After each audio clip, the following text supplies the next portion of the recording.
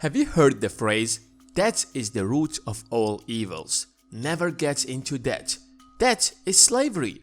And that is true to a certain extent, because when you're drowning in debt, your life is over.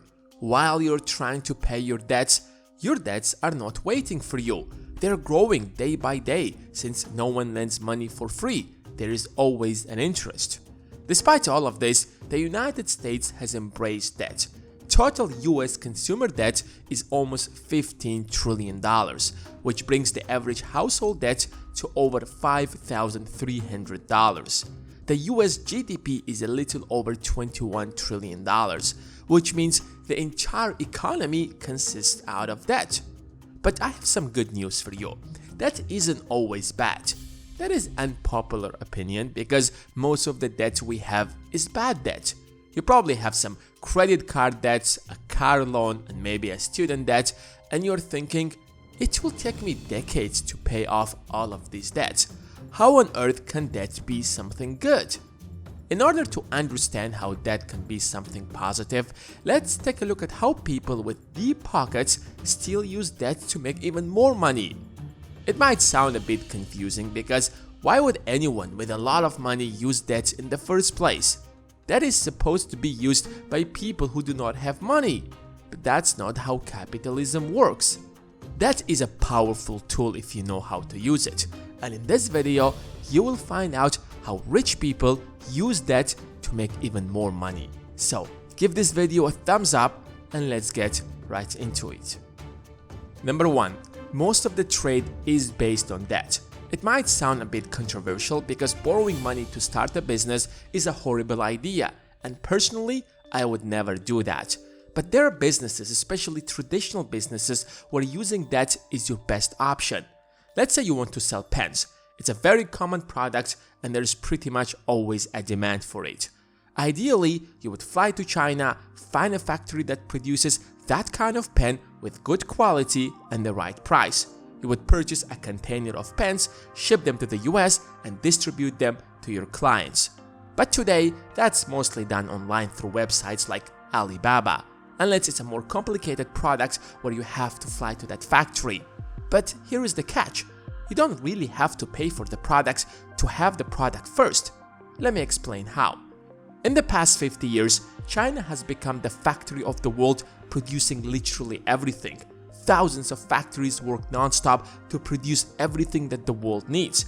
And in order to make it easier to sell, most of these factories would gladly loan you their products in return that you would pay them sometime in the future.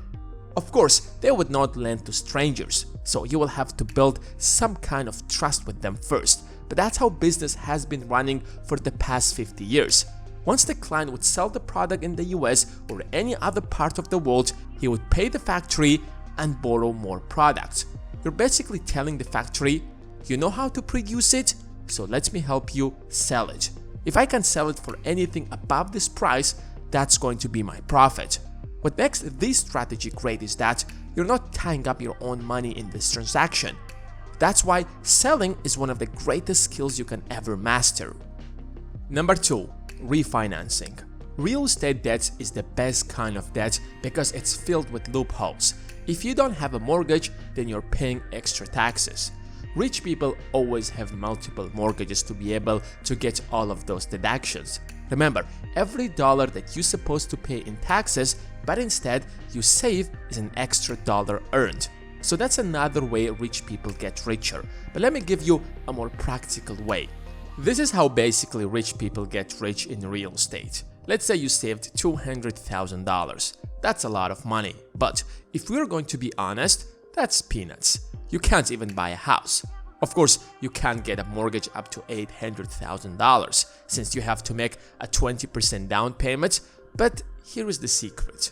Let's say you find a property that costs $500,000. It's in a bad condition and needs some or maybe a lot of renovation. You head to a bank and get a mortgage by making a 20% down payment. Let's say you're going to spend around 10% of the total cost of the house to renovate it, or around $50,000. You head to your bank again, but this time to refinance your mortgage. When you got your first mortgage, the value of that property was just $500,000 because it was in such a bad condition that no one wanted to live there. But since you have renovated it, now there are people who want to rent it out. So the market value of that property, let's say, rises to $700,000. Like the first time, let's say you're going to get an 80% mortgage. But 80% out of $700,000 is $560,000. $400,000 out of that money is going to go to your first bank that gave you the first mortgage.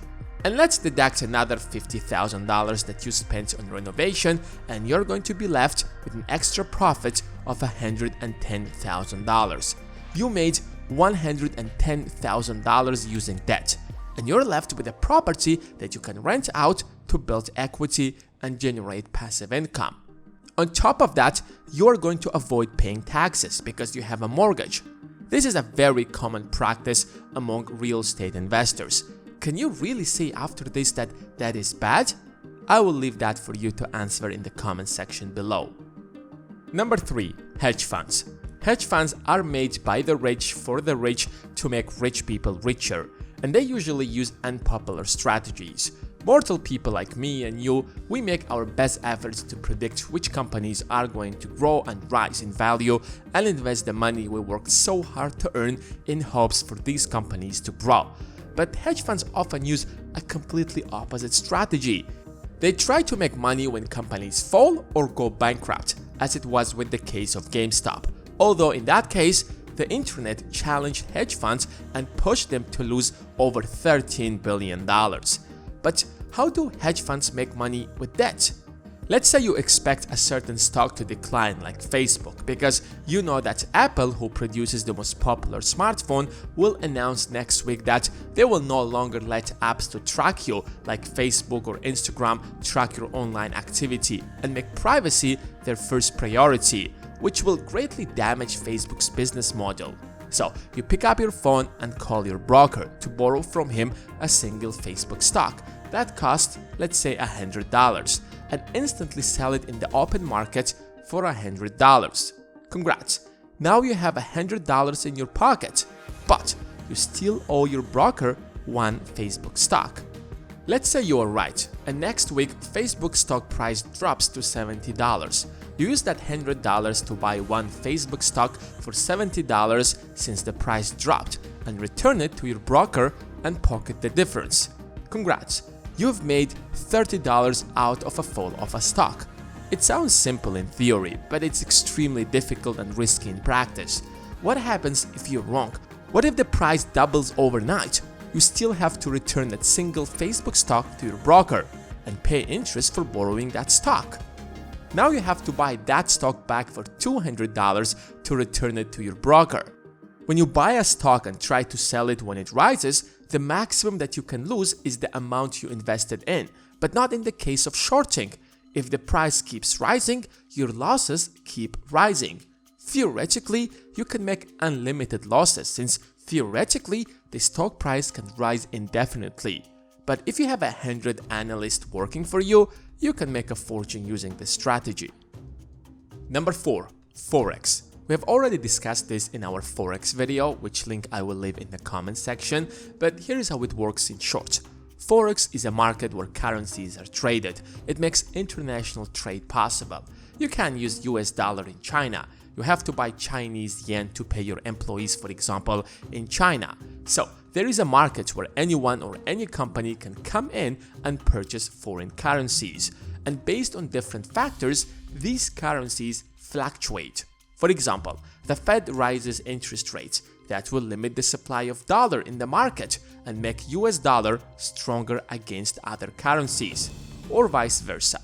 So if you can predict which currencies will rise or fall, you can make a lot of money in this market.